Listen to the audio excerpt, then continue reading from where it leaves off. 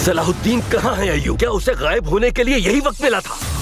इधर दौलत ने ऐलान जंग कर दिया और देखना कल वो हम पर टूट पड़ेगा। मुझे सलाहुद्दीन चाहिए। जंगियों से डरते हो क्या, जो अपनी भड़ास निकालने इस कबीला गांव में आ गए? हाँ, रुको। कल हम कुदुस में दाखिल होकर बर्नार्ड को पकड़ लेंगे।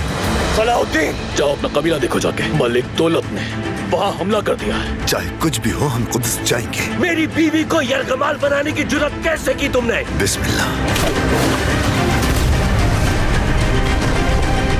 सलाहुद्दीन, अब सिर्फ एक रास्ता, तुम मुझे सलाहुद्दीन दोगे, खातून दोगे।